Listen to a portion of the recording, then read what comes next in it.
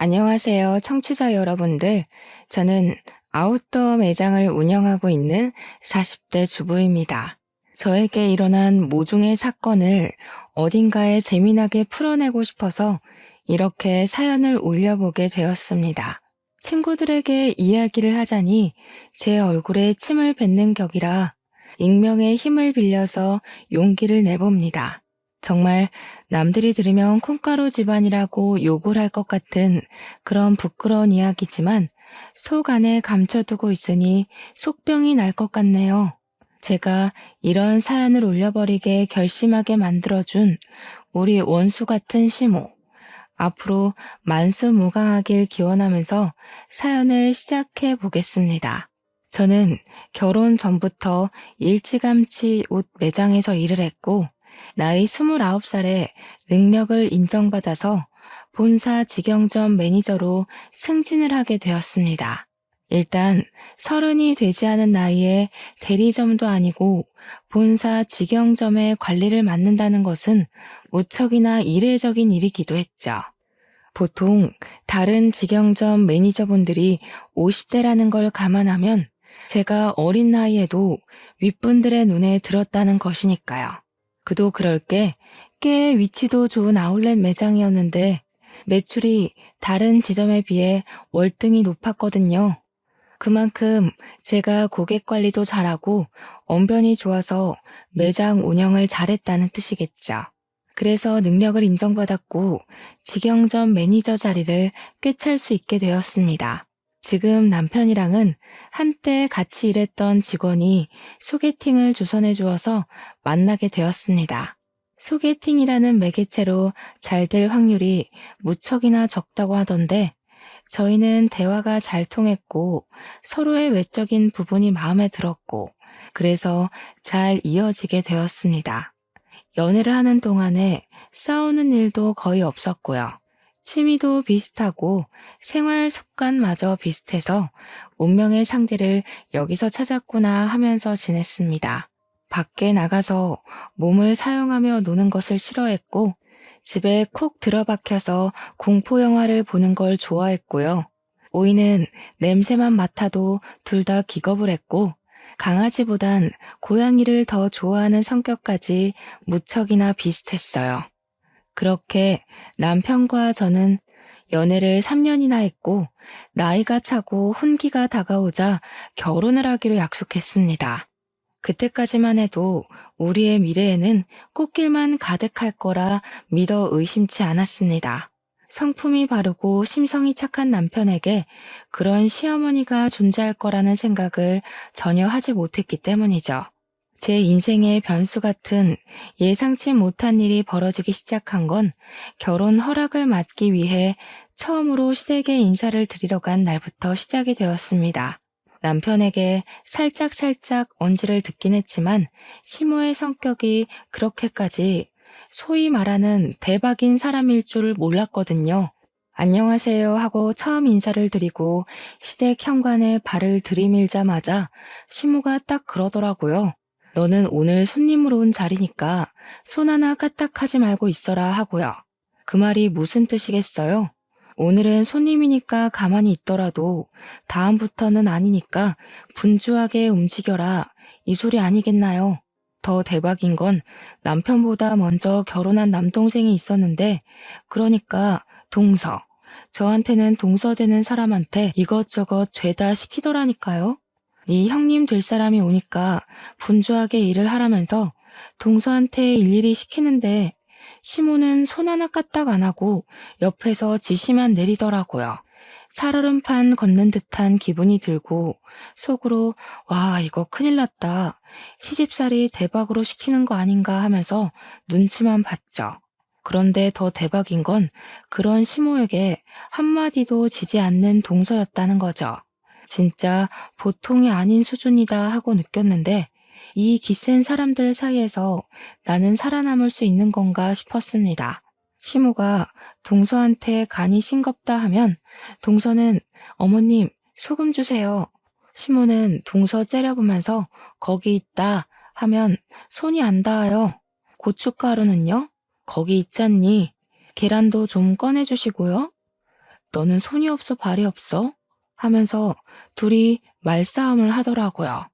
시모가 이래라 저래라 하면 동서는 그거 주세요, 저거 주세요 하고 시모가 네가 직접 가져가라 하면 동서는 저 그거 어디 있는지 몰라요 하고 둘이 무슨 꽁트 찍는 것처럼 대화를 하는데 웃긴 건 동서는 정말 시모를 보조원처럼 부려먹으면서 집안일을 하더라고요. 그 정도면 누가 누구 수발을 들고 있는 건지 헷갈릴만 하더라고요. 저는 그 사이에서 약간 체하는 기분을 느끼며 이 난간을 어찌 헤쳐가야 할까 고민을 했죠. 다행스럽게도 동서가 아주 쿨한 성격을 가진 여자였다는 거죠. 밥 잘 먹고 이야기 잘 나누고 집에 간다고. 남편이랑 저랑 서방님네랑 다 같이 나왔는데 동서가 저를 슬며시 잡더라고요. 형님 되실 분이니까 터놓고 이야기할게요. 절대로 기죽으시면 안 되고요. 또박또박 싸워서 이기셔야 돼요. 우리 시모가 발 뻗을 곳 보고 뻗는 분이시거든요. 처음에 제가 비위 다 맞췄는데 그러다가 호구 잡혔어요. 한번 대판으로 싸운 다음에서야 저한테 뭐라고 안 하시거든요. 오늘은 형님 온다고 일부러 기세 보이고 싶다고 저러신 거고요. 평소에는 저한테 한마디도 못 하시거든요. 그니까 형님도 저처럼 드세게 나가셔야 돼요. 어려우면 연락 주시고요. 그렇게 자기 할 말 쏙 하고 가더라고요. 순간 제 머릿속에 시무를 들이받으라고? 이게 무슨 콩가루 같은 이야기지? 했어요. 동서가 정말로 저를 걱정해서 말해주었던 진심이라는 걸 그때는 잘 몰랐죠. 그 이후에 상견례를 했고 양가가 서로 합의 잘 이루어진 상태로 결혼 준비를 끝냈고 무난한 결혼식을 올리게 되었습니다. 근데 보통 결혼식 하는 날 신부 대기실에는 신부 지인들만 들어오지 않나요? 친구들이랑 이야기하고 사진 찍고 그러고 있는데 시모 지인들이 싹 들어와서는 저한테 돗대기 시장처럼 시끄럽게 말을 시키는 거예요. 며느리가 아웃도어 매장을 운영한다고? 하면서 자기네들이 시모의 산악 동호회 친구들이라고 하더라고요. 우리 시모 취미가 산을 타는 것이었는데 아웃도어 매장을 운영하는 며느리가 들어왔다고 싸게 살 수 있다고 자랑을 하셨나 보더라고요. 옷을 좀 할인해달라고 일부러 찾아와서 저한테 말을 건 것이었죠. 제가 운영하고 있는 매장이 직영점이라서 본사에서 내려온 할인율만큼만 할인을 해줄 수가 있었거든요. 기본적으로 아울렛 매장이라 깔리고 들어가는 할인율도 있었고요. 저는 뭐 땅 파서 장사하는 것도 아닌데 제가 맘대로 할인을 해줄 순 없죠. 굳이 신부 대기실까지 찾아와서 할인 이야기 꺼내고 가는 시모 지인들도 무척이나 별로였어요. 그거 하나 딱 찝찝한 거 남기고 결혼식 잘 하고 저희는 바로 신혼여행지로 떠났습니다. 남편과 저는 평소에 가볼 수 없는 곳으로 신혼여행을 가자고 약속을 했고 그 장소는 바로 약속의 땅 뉴질랜드였습니다. 뉴질랜드가 워낙 자연 경관이 거대하고 멋있고 또 산을 걷는 트레킹이 유명한 나라잖아요. 남편이랑 같이 트레킹 관광을 나섰는데 거기서 엄청 좋은 트레킹화를 팔고 있더라고요. 큰 마음 먹고 제 거랑 남편 거 사면서 시모가 산악 동호회를 한다고 했으니까 시부모님 드릴 신발도 한 켤레씩 샀습니다. 당연히 한국까지 전화를 해서 신발 사이즈 물어보고 샀죠. 귀국을 해서 시댁에 신발을 딱 가져가니까 시부가 너무 마음에 든다고 좋아하시더라고요. 근데 시모는 약간 마음에 안 든다는 식으로 삐죽거리면서 시부한테 그러더라고요. 당신은 산에 가자고 하는데도 안 가면서 이런 좋은 신발이 왜 필요하냐고요. 시부가 아니 뭐 산 탈 때만 신는 신발인가?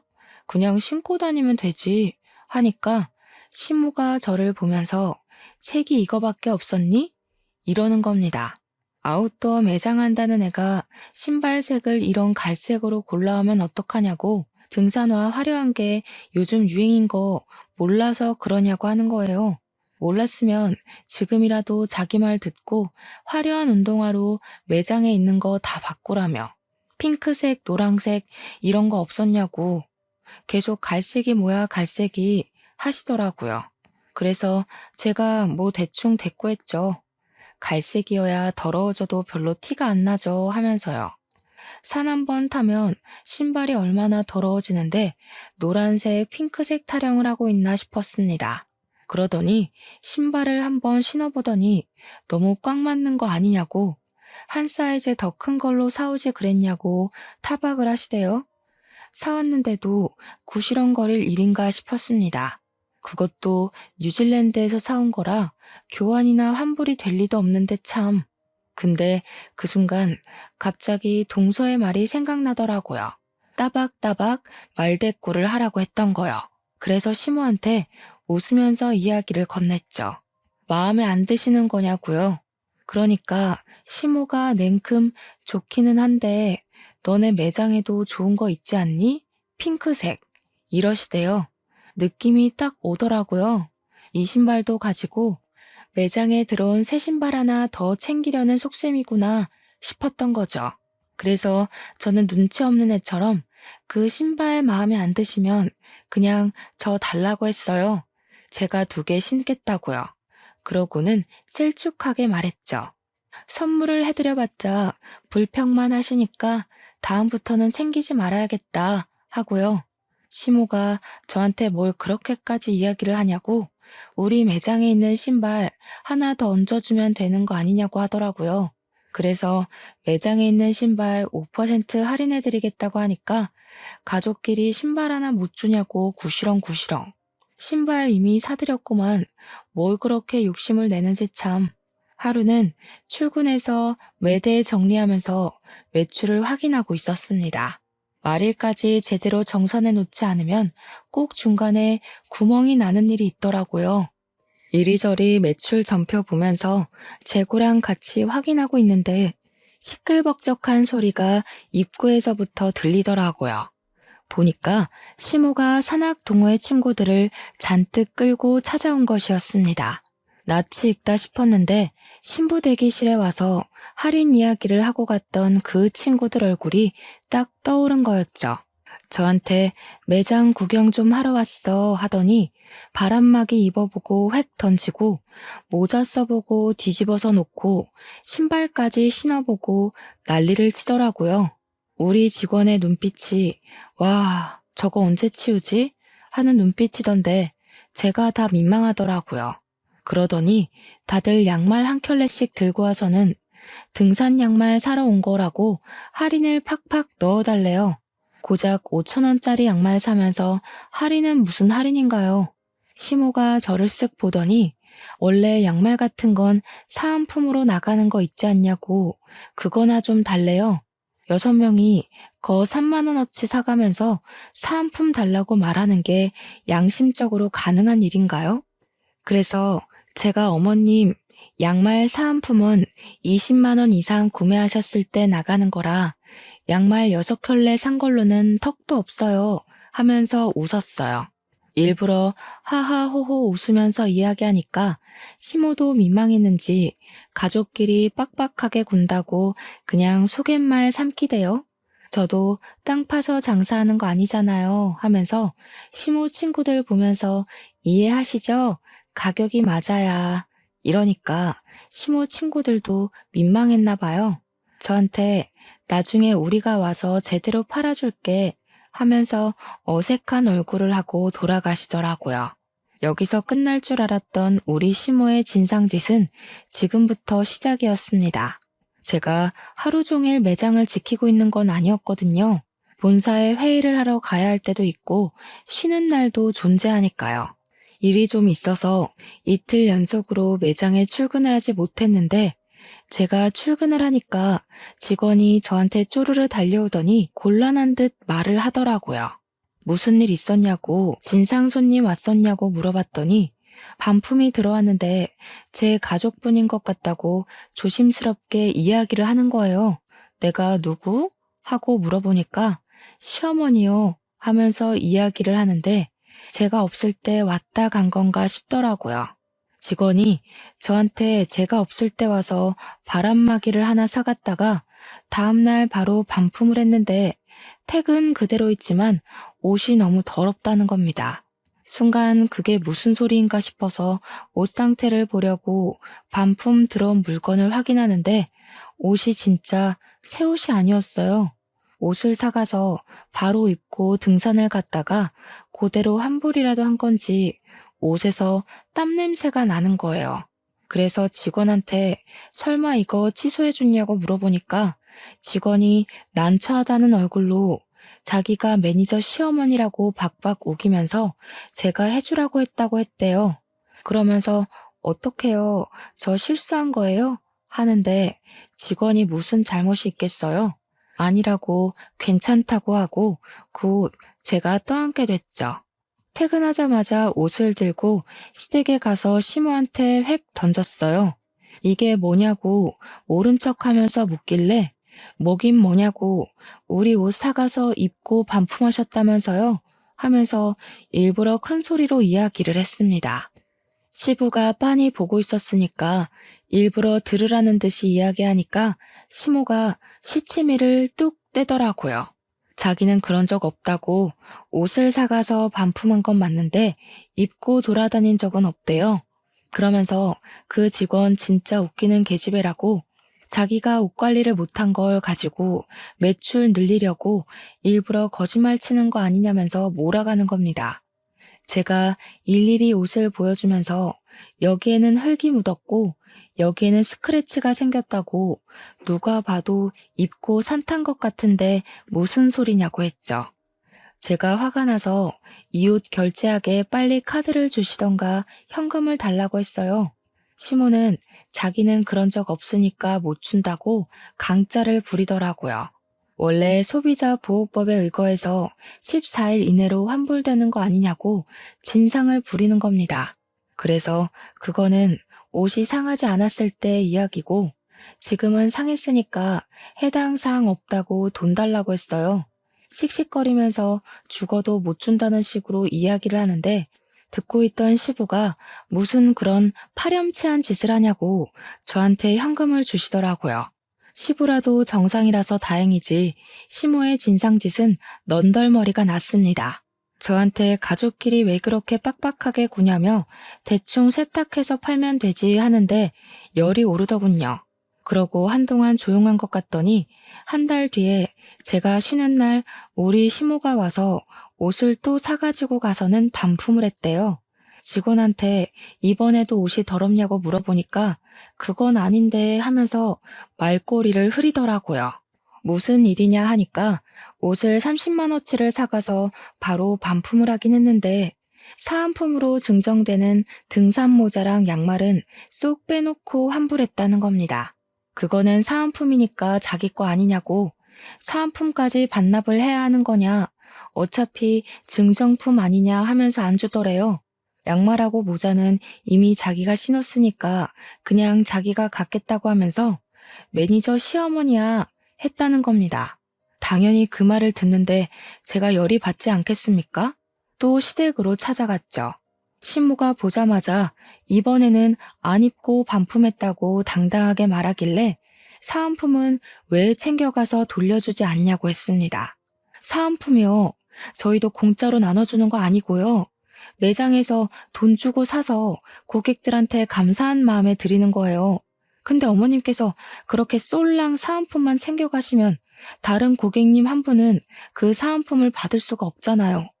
우리가 땅 파서 장사하는 거 아니라고 몇 번을 말씀드려요? 저희 매장에 찾아오지 마세요. 어머님한테는 저 더 이상 물건 안 팔겠습니다. 우리 직원한테도 말해놨으니까 다음에 또 오시면 경찰 부르던가 할 거예요. 아시겠어요? 그렇게 이야기를 하니까 시모가 저한테 씩씩거리면서 너 내가 무서운 줄 모르고 막 나가는구나 하는 겁니다. 저도 참지 않고 버럭하면서 이야기를 했죠. 무섭긴 누가 무섭냐고요. 시모가 갑인 줄 알고 그러냐고. 나한테 무서운 건 우리 회사 사장님 말고 없다고. 이러다가 내가 잘리게 생겼는데 뭐가 어쩌고 어째요? 하면서요. 일부러 시모 자존심 상하라고 내가 시모 아들보다 돈 더 많이 번다고 고작 중소기업 과장이 나보다 더 능력이 있겠냐, 뭐가 있겠냐고요, 했죠.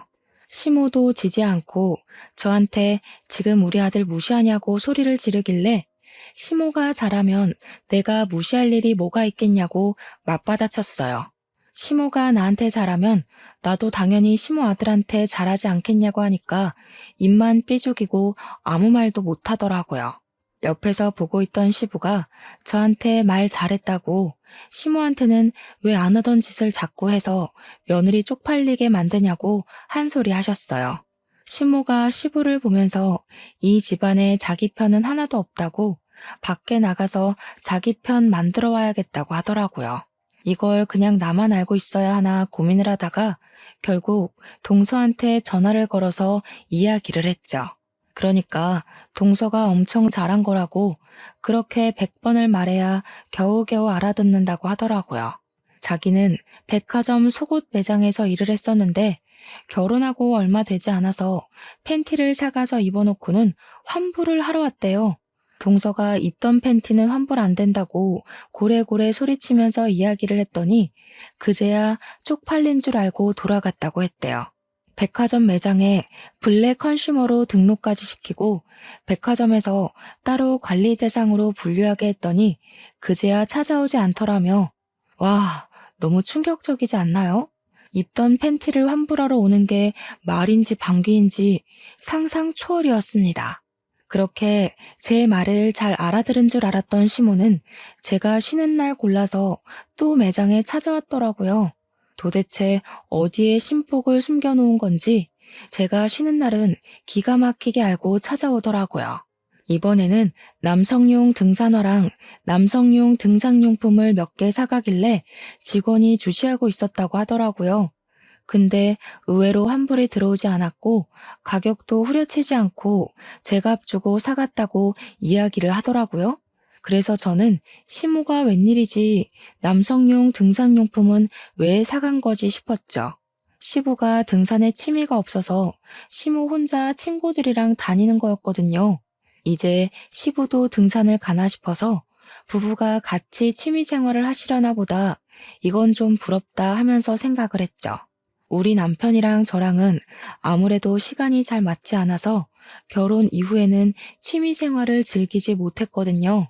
어차피 밖에 나가서 몸을 쓰는 취미 활동을 하는 것도 아니긴 해서 집에서 영화나 보고 게임이나 하고 하는 게 전부지만요. 시부모님이 매번 싸우기만 하는 줄 알았는데 취미 생활을 같이 한다고 하니까 부러웠죠 뭐. 시모가 오랜만에 가족들 한데 모여서 밥 먹자고 하길래 시댁에 방문을 했는데 저는 매장을 운영하는 사람이니까 딱 보면 알잖아요. 등산화 모델명만 봐도 어떤 신발인지 눈에 들어오는 그런 안목이요. 분명 신발도 사가고 용품도 사갔는데 현관에서 신발장을 둘러보는데 그 신발이 없더라고요. 그래서 뭐지? 싶어서 시모한테 남성용 등산화 사가셨다고 들었는데 아버님이랑 등산 다니시는 거 아니었어요? 하고 물어봤죠. 시모가 순간 당황해하면서 아니라고 그거 우리 동호회 사람이 생일이어서 선물하려고 산 거였다고 하더라고요. 우리 시모 같은 짠순이가 20만 원짜리 신발을 선물한다는 게 무척이나 의외였습니다. 그래도 뭐 같이 등산 다니고 돈독한 친분이 있는 사람이면 그럴 수 있겠다 싶었죠. 근데 사건이 와장창 터지고 만 것입니다. 2달 뒤에 시부가 남편한테 연락을 해서는 신세한탄을 하면서 시모랑 이혼을 하기로 했다고 통보를 했대요. 그 이야기를 전해 들은 저와 서방님네는 놀래서 시댁으로 찾아갈 수밖에 없었죠. 두 분이 방금 전까지 싸운 건지 씩씩거리면서 문을 열어주는데 남편이 다짜고짜 이혼이 무슨 소리냐고 물어봤어요.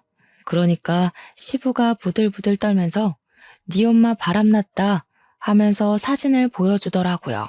시모가 웬 남자랑 같이 팔짱을 끼고 등산을 하고 같이 차를 타고 저수지에서 낚시도 하고 커플룩으로 차려입고 데이트를 하는 사진들이었습니다.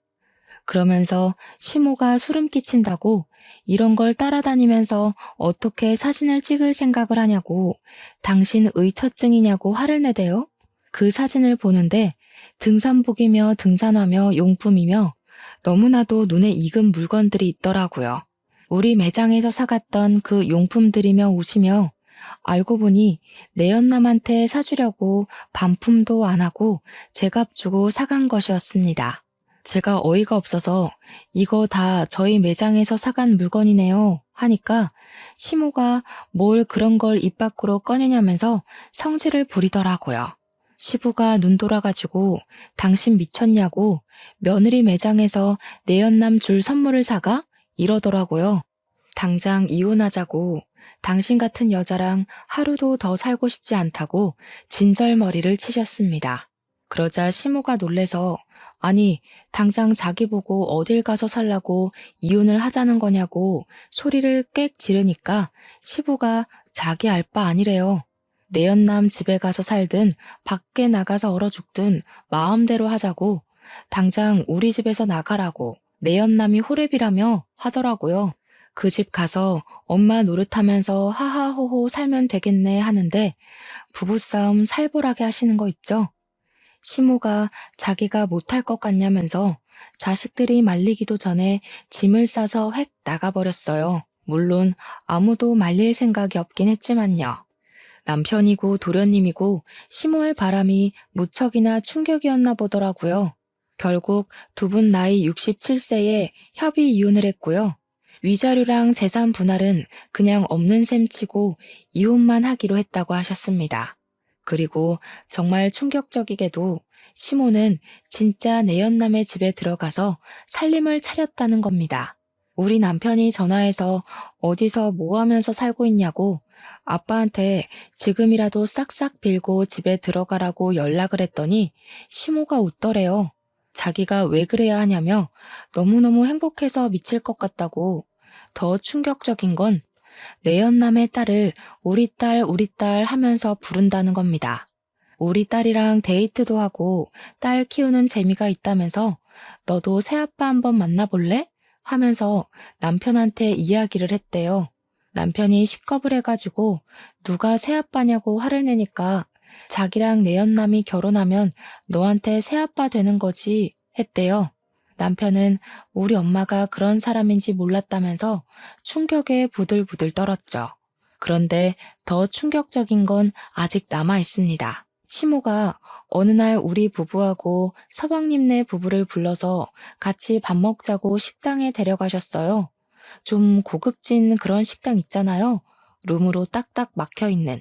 불러서 나갔더니 거기에 시모만 있는 게 아니라 웬 여자랑 시모 내연남이 떡하니 자리 잡고 있더라고요. 시모가 그 여자애한테 인사하라고 너네 오빠랑 올케 언니들이야 하면서 우리 보고는 얘가 신우되는 아이니까 친하게 지내라고 하는 겁니다. 우리 넷은 자리에 앉지도 못하고 어이가 없어서 숨만 쉬고 있었는데 시모가 그러더라고요. 오늘 너네 새아버지 생신이시거든. 자식들하고 며느리하고 자랑도 좀 할 겸 친해지라고 불렀어. 아이고, 든든한 아들이 둘이나 생겨서 노후 걱정 없이 편안하겠어. 둘이 북치고 장구치고 다 하는데 정신 나간 거 아닙니까? 우리 남편이 열이 받아서 눈에 핏발을 세운 채로 이야기를 했죠. 누가 누구 노후를 책임진다고 이런 개소리를 정성스럽게 하십니까? 어머, 얘. 못 배워먹은 사람처럼 새아버지한테 그게 무슨 말버릇이니? 당장 사과드려. 남편이랑 서방님은 사과는 무슨 얼어 죽을 사과냐고 이런 자리인지 모르고 나온 거니까 두 번 다신 이런 자리 만들지 말라고 엄포를 놓았습니다. 한 번만 더 이런 경우 없는 짓 하면 신모고 나발이고 인연 끊겠다고 선언을 했죠. 뒤돌아서 나오는데 시모가 막 뛰어나오더라고요. 제일 뒤에 걷고 있던 제가 만만한지 저를 딱 붙잡고는 사정을 하더라고요. 얘, 돈 좀 주고 가라. 우리 아들들이 낼 거라고 내가 설레발 다 쳐놨는데 일부러 비싼 집으로 골라왔는데 내 체면은 살려줘야 하지 않겠니? 저 지갑 안 들고 왔는데요. 어머님이 불러내신 거라 당연히 어머님이 사주시는 건 줄 알고 지갑 안 들고 왔죠. 야, 너네 버르장머리 없이 뭐 하는 거야? 당연히 자식들이 사야지. 내가 돈이 어딨어. 아까 방에 있던 어머님이 좋아 죽겠다고 했던 내연남 딸한테 내라고 하세요. 뭐? 내연남 딸? 너한테는 시누이야. 어머, 저한테 왜 시누이예요? 우리 남편이랑 저 여자랑은 가족이 아닌데요. 그러고는 재빨리 식당을 빠져나왔습니다. 우리 남편은 완전 열이 받아가지고 엄마가 저렇게 파렴치한 인간인 줄 몰랐다고 어떻게 저런 짓을 할 수 있냐고 시부가 불쌍하다고 난리였어요. 그런데 여기서 일이 끝났으면 제가 사연을 쓰지도 않았겠죠. 더 파렴치한 일은 그 뒤에 벌어지게 되었습니다. 제가 글쎄 생각지도 못했던 갑상선암에 걸리게 된 것입니다. 임신을 준비하던 도중 수치가 이상하다는 종합검진 결과에 놀라서 큰 병원을 찾아가니 갑상선암이라고 하더라고요. 물론 완치율도 높고 다른 사람들보다 훨씬 더 빠르게 발견을 하게 되어서 수술만 하면 괜찮을 거라고 하더라고요. 평생 약을 달고 살아야 해서 한동안 임신 계획은 가지면 안 된다고 했지만 그 이외에는 아무 문제도 없을 거라고 저를 안심시켜 주었습니다. 의사의 조언에 따라서 수술 날짜까지 빠르게 잡고 났는데 그래도 제가 암이라는 사실은 변하지가 않잖아요. 남편과 저는 한동안 마음을 추스르느라 바빴습니다. 치료와 수술을 해야 하는 바람에 어쩔 수 없이 한동안 일을 쉬어야 하는 처지에 달했고 매장 관리는 결국 다른 사람에게 넘기게 되었습니다. 본사에서는 수술 이후 경과가 좋아지면 다른 매장을 주겠다고 했지만 제 첫 매장이다 보니 애착이 가는 건 어쩔 수 없었어요. 그래도 피곤하면 안 되고 컨디션 조절을 잘 해야 한다고 해서 일을 할 수 없게 되었죠. 인수인계까지 마치고 본격적으로 치료가 시작되는 주까지 일을 도와주기로 했습니다. 본사에서는 일단 퇴직을 하게 되는 것이라 퇴직금까지 받아갈 수 있었습니다. 집에서 쉬려고 하니까 영 좀이 쑤시더라고요. 그런 와중에 무슨 일 때문에 매장을 방문했는지 모르겠지만 시모가 또 그 매장에 방문을 했나 보더라고요. 직원에게 연락이 왔는데 당당하게 들어가서 내가 여기 매니저 시어머니인데 했다는 겁니다. 그런데 매니저가 변경이 되었잖아요? 새로 들어온 매니저가 저는 시어머니가 없는데요? 한 거죠. 시모가 놀래서 우리 며느리 어디 갔냐고 하니 직원이 모르셨냐고 몸이 안 좋아서 퇴직을 하셨다고 이야기를 한 겁니다. 저한테 혹시 실수한 거 아니냐고 연락이 온 건데 그냥 잘했다고 했어요. 시모는 머리를 그때부터 굴리기 시작했나 봐요. 쉬는 것도 아니고 퇴직이라고 하니까 어디 아파도 단단히 아프구나, 죽을 병이라도 걸렸나 싶었던 거죠. 우리 남편한테 전화해서는 걱정스러운 말투로 우리 며느리 어디가 아픈 거냐고, 큰 병이냐고 꼬치꼬치 캐묻고 난리를 쳤대요. 며느리 건강 걱정 한 번 안 할 것처럼 굴던 사람이 막 걱정돼 죽겠다고 이야기를 하니까 남편도 마음이 좀 풀어졌나 봐요. 큰 병은 아니라고 초기에 발견해서 수술만 하면 된다고 갑상선암이라고 이야기를 한 거죠. 그러니까 걱정 마시라고 다 괜찮아질 거라고 이야기를 했더니 그제야 아 그러니? 알겠다 하고 전화를 뚝 끊더래요. 걱정했던 것 치고는 너무 빠르게 알겠다고 하고 전화를 끊어서 좀 찝찝하다고 하더라고요. 알겠다고 시모한테 연락 오면 말해주겠다고 남편에게 이야기를 한 뒤 집안일을 좀 하고 쉬고 있었어요. 그런데 딱 타이밍 좋게 시모한테서 연락이 온 거죠. 아무렇지 않게 여보세요 하고 전화를 받으니까 시모 목소리가 들떠서 전화를 했더라고요. 예, 우리 아들이 그러는데 너 갑상선암이라며? 내가 좀 알아보니까 그거 수술비도 별로 안 비싸고 예후들도 다 좋다고 하더라. 거기다가 너 퇴직금까지 빵빵하게 받고서는 일 그만뒀다고 하더라. 어디 아픈 데는 없냐, 몸은 좀 괜찮냐 물어볼 줄 알았는데 영 딴소리만 나오길래 그래서요? 하고 대꾸를 했죠. 그러니까 전화로 할 이야기는 아닌 것 같다고 이따가 집으로 찾아오겠다고 하고 끊더라고요. 영 기분이 쎄해서 남편한테도 이야기를 하니까 퇴근하자마자 집으로 가겠다고 하더니 정말 날아왔는지 평소보다 일찍 왔더라고요.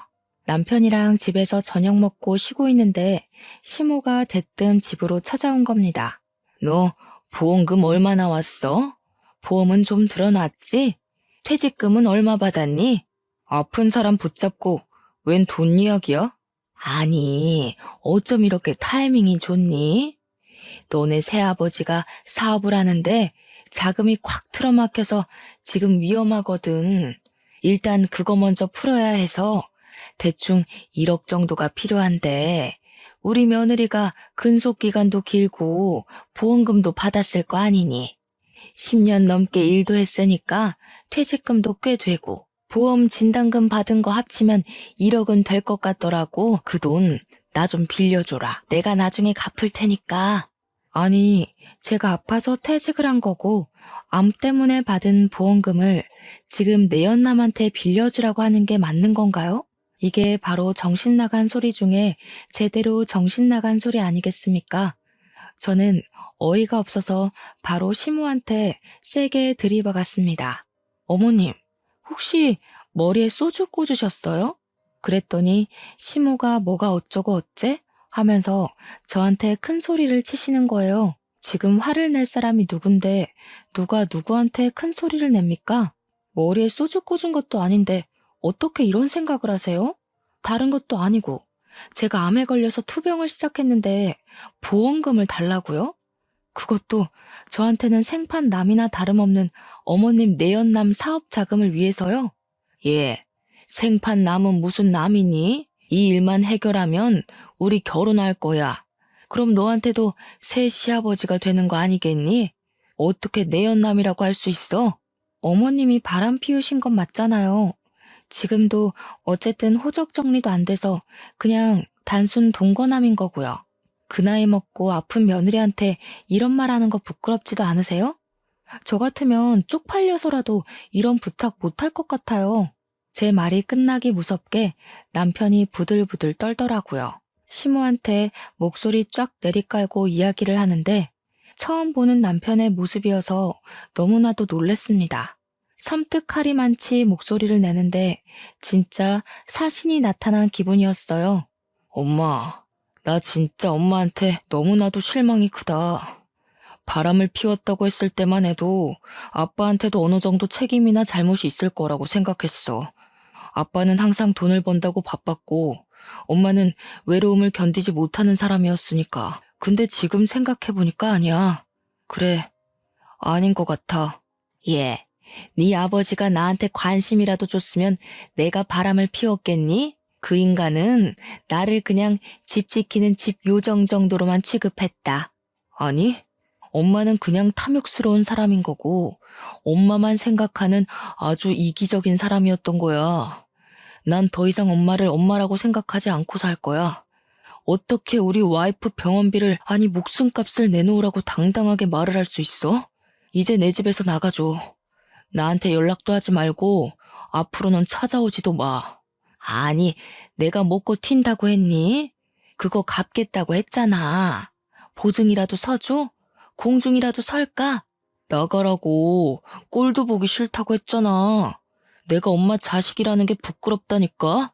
남편이 시모를 향해서 소리를 꽥 지르면서 눈에 핏발을 세우고 이야기를 했습니다. 생전 소리 한번 지르지 않던 아들이 자기를 향해서 소리를 지르니까 시모가 많이 놀란 것 같더라고요.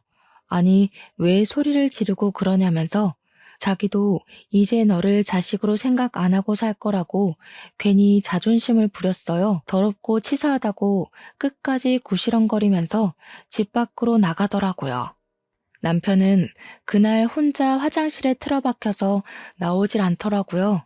저한테 보여주기 부끄러운 모습이었는지 제가 잠자리에 들고 나서야 나와서 자더라고요. 조금 울었는지 다음날 눈이 부어있던데 저도 남편이 얼마나 수치스럽고 화가 날지 가늠이 돼서 더 이상 말을 꺼내지 않았습니다. 아무리 그래도 친모가 그런 식으로까지 나올 거라고는 생각도 못했겠죠. 옆에서 지켜보는 저도 사람이 아니다 싶었는데 친모를 바라보는 우리 남편은 얼마나 속이 터졌을까요? 저는 말없이 남편 옆을 지키면서 힘이 되어주기로 했죠.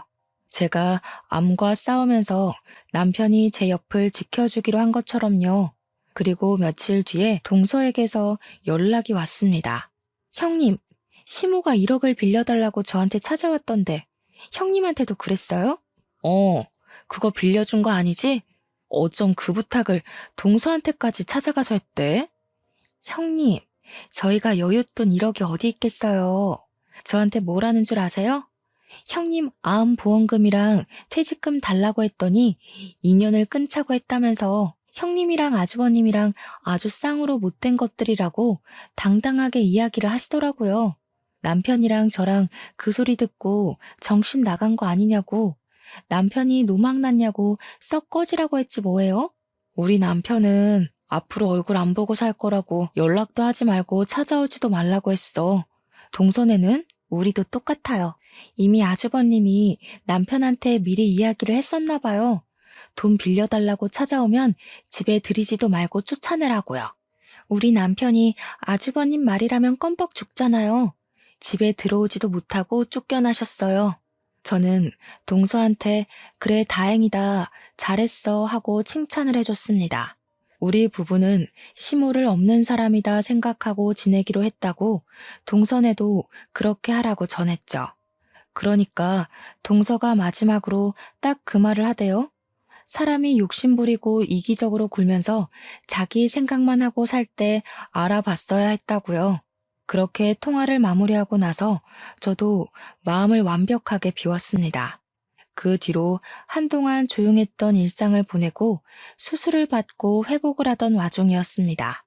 수술 후 2개월이 지나기도 했고 오랜만에 시부한테 반찬이나 가져다 드리려고 보자기에 반찬통을 싸서 시댁에 찾아갔어요. 그런데 시댁 문간 앞에서 시모가 울고불고 그러고 있더라고요. 문은 꽉 닫혀 있고. 시모가 저를 쓱 보더니 퉁퉁 부은 눈으로 반찬 싸들고 온 거냐고 잘 됐다고 문 좀 열어보라고 하더라고요. 제가 미쳤다고 시부가 닫아둔 문을 열겠습니까? 바로 경찰을 불렀습니다.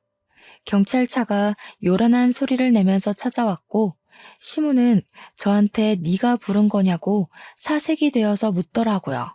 집 앞에 경찰차가 오고 소란스러워지니 그제야 시부가 문을 열어줬어요. 저한테 경찰 부른 거야? 하길래 네 했더니 시부가 잘했다고 칭찬을 해주셨습니다. 경찰 양반, 저 망할 옆에 내가 남의 집에 주거 침입하려고 했으니 잡아가시오. 아니 여보, 남의 집이라니. 어떻게 이 집이 남의 집이야? 우리 집이지. 오호, 이혼을 했으면 남이지. 그 동거남은 어쩌고 여기 와서 같이 살자고 한 번만 봐달라며 울고불고 빌어? 경찰분들 수고 많으십니다. 저 옆에 내 당장 데려가서 가둬버리시오. 경찰은 이미 신고가 들어왔고 주거 침입이라는 명분이 있어서 어쩔 수 없다며 시모를 끌고 가셨습니다. 저는 시부한테 반찬을 잘 전해드리고 집으로 돌아왔고 그날 저녁 시부에게서 연락이 왔어요. 경찰이 조사를 끝냈다고 시부한테 연락을 주면서 사건의 전말을 알게 되었습니다. 시모는 결국 1억을 구하지 못했고 내연남은 시모한테 온갖 난리를 떨면서 쫓아냈다고 하더라고요.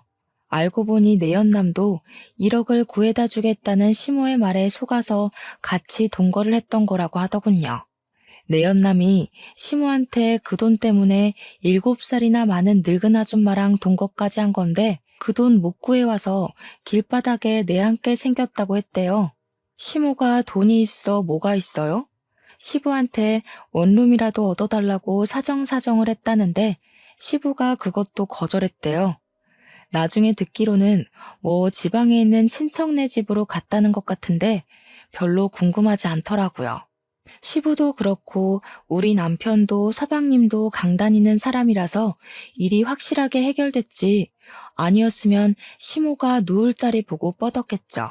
저는 암 수술은 무사히 완벽하게 제거되었고 의사 선생님이 경과가 좋아서 2, 3년 지나면 임신 계획을 세워도 좋을 거라 했습니다. 남편과 저는 하루빨리 이세를 만들고 싶어서 시간이 흐르기만 기다리고 있어요. 우리 가족에게 새 생명이 찾아와 더욱더 화목해지길 기대해 봅니다. 제 이야기를 여기서 마치도록 할게요. 오늘도 고생하셨고 수고하셨고 또 좋은 하루 보내세요.